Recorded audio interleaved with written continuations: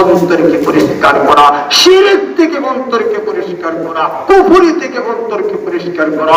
কাদ আফলাহা মান তাযাক্কা ওয়া যাকারা ইসমা রাব্বিহি ফাসাল্লা। আল্লাহ বলে ওই লোকটা কামিয়াব হয়ে গেল, জান্নাতি হয়ে গেল, যার দিলটাকে পবিত্র করতে পারলো। চলে বলেন সুবহানাল্লাহ। দুই নম্বর দেখেন, তিন নম্বর বাবার সেই বাবা তো নয়, আমার মায়ের ব্যাপারে আল্লাহ নির্দেশ করছেন ভালো আচরণ করার জন্য।